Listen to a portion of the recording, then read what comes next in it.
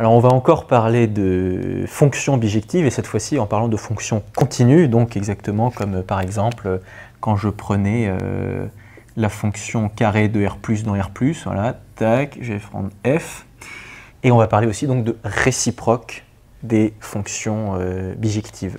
Alors là, il n'y a pas de problème, cette fonction-là, elle va de R+ dans R+, et à x, elle associe x carré. C'est une bijection, pas de problème.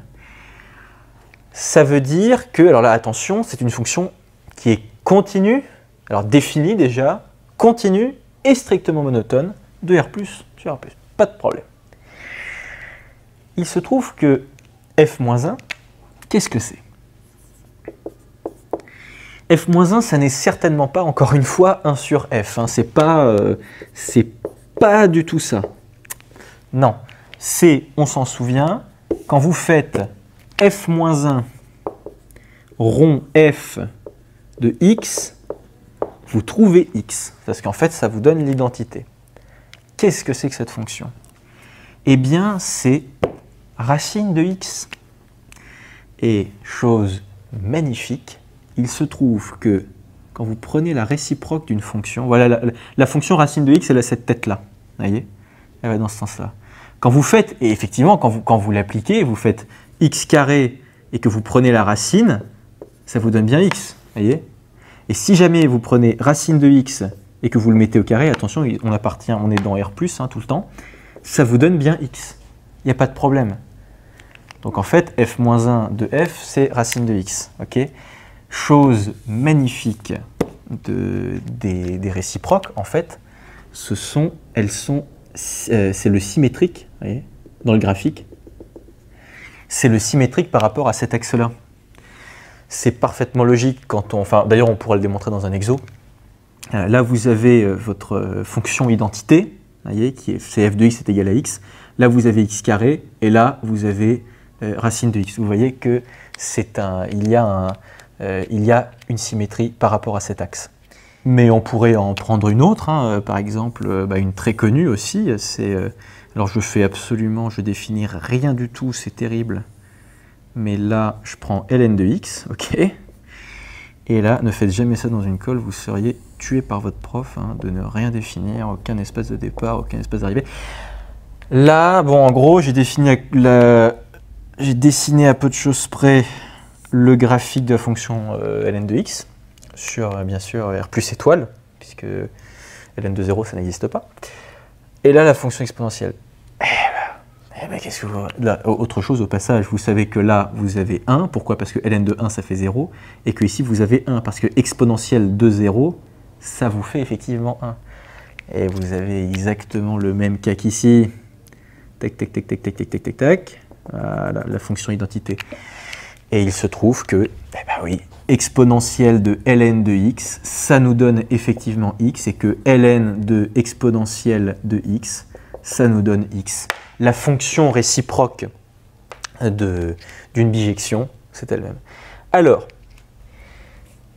avec ces deux exemples, on va, c'est pas, mais en mathématiques, on ne peut jamais sortir des théorèmes à partir d'exemples, mais on peut là remarquer une chose, et je vais vous donner ce théorème qu'il faut savoir, et qui n'est pas, c'est pas que c'est pas intuitif, mais c'est que on ne s'attendrait pas à ça, dit comme ça. Il se trouve que f et f-1 ont toujours systématiquement le même sens de variation. C'est étrange, mais c'est le cas. Et oui, parce qu'on pourrait se dire que, et étant donné qu'on se dit, il y a un -1, donc il y a genre ça inverse ou quoi, ou on prend l'opposé machin. Non. En réalité, regardez un petit peu. Si, vous êtes d'accord que ici, si je prends la fonction carré, elle est strictement croissante.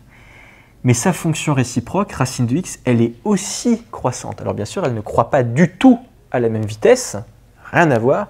Et pareil pour exponentielle et ln de x. Ça, c'est une chose à savoir.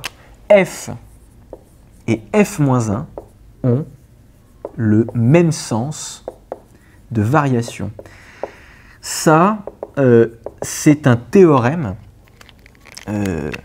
qu'il faut connaître, là pour le coup.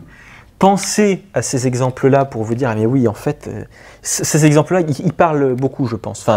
On peut bien les garder en tête parce qu'il y a l'axe de symétrie, machin, ça parle, quoi, je pense, j'espère. Et on voit bien, dans les deux cas, que f et sa réciproque ont le même sens de variation.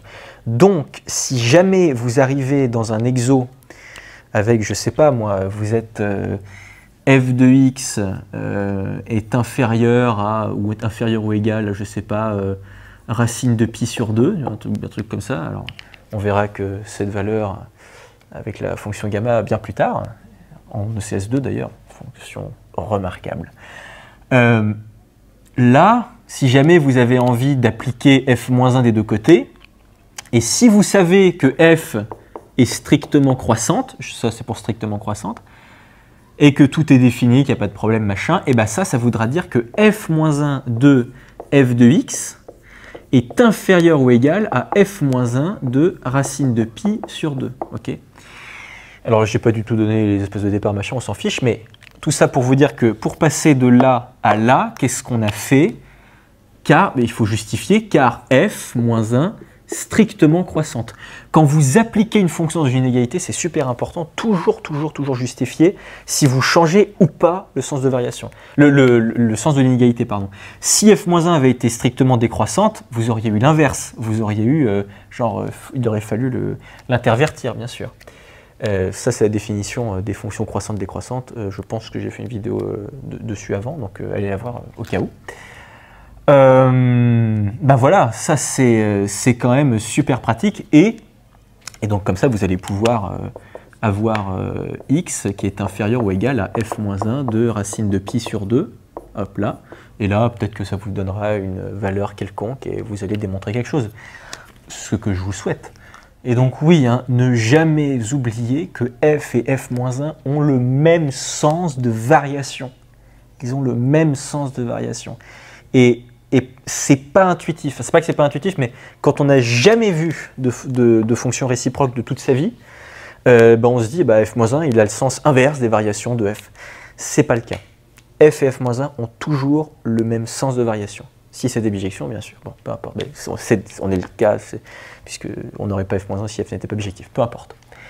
Voilà, pour ce théorème-là, très important. Voilà. Et on verra ça dans des exos d'ailleurs.